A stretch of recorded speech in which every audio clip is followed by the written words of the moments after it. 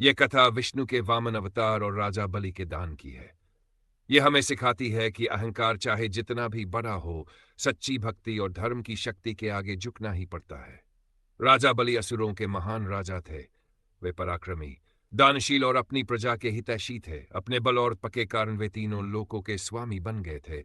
उनकी शक्ति और सामर्थ्य से देवता भी भयभीत थे। इंद्र सहित सभी देवगण भगवान विष्णु के पास पहुंचे और उनसे सहायता मांगी। भगवान विष्णु ने असुरों के अधिपति बलि को सही मार्ग दिखाने के लिए वामन अवतार लिया।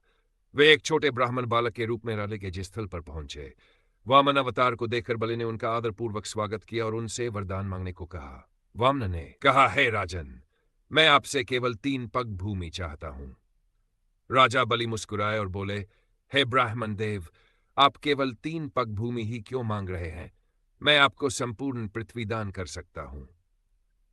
परंतु वामन ने उत्तर दिया, मुझे केवल उतनी ही भूमि चाहिए जितनी मेरे 3 पगों में आ सके। राजा बलि ने वचन दे दिया। गुरु शुक्राचार्य को संदेह हुआ और उन्होंने राजा बलि को चेतावनी दी कि ये कोई साधारण ब्राह्मण नहीं, स्वयं भगवान विष्णु है।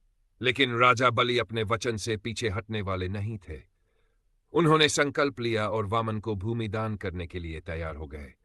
जैसे ही बलि ने वचन दिया, वामन ने अपना विराट रूप धारण कर लिया।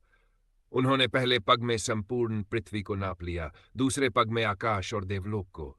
अब तीसरा पग रखने के लिए कोई स्थान नहीं बचा। राजा बलि ने सिर झुका दिया और कहा, हे प्रभु, अब तीसरा पग मेरे सिर पर रखें। भगवान वामन ने प्रसन्न होकर उनका सिर पर अपना तीसरा पग रखा और बलि को रसातल भेज दिया।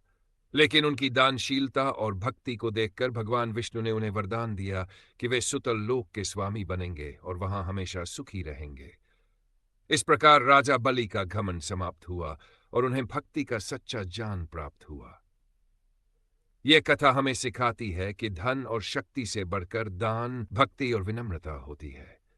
राजा बलि ने अपनी प्रतिज्ञा का पालन किया और स्वयं भगवान ने उनकी भक्ति को स्वीकार किया।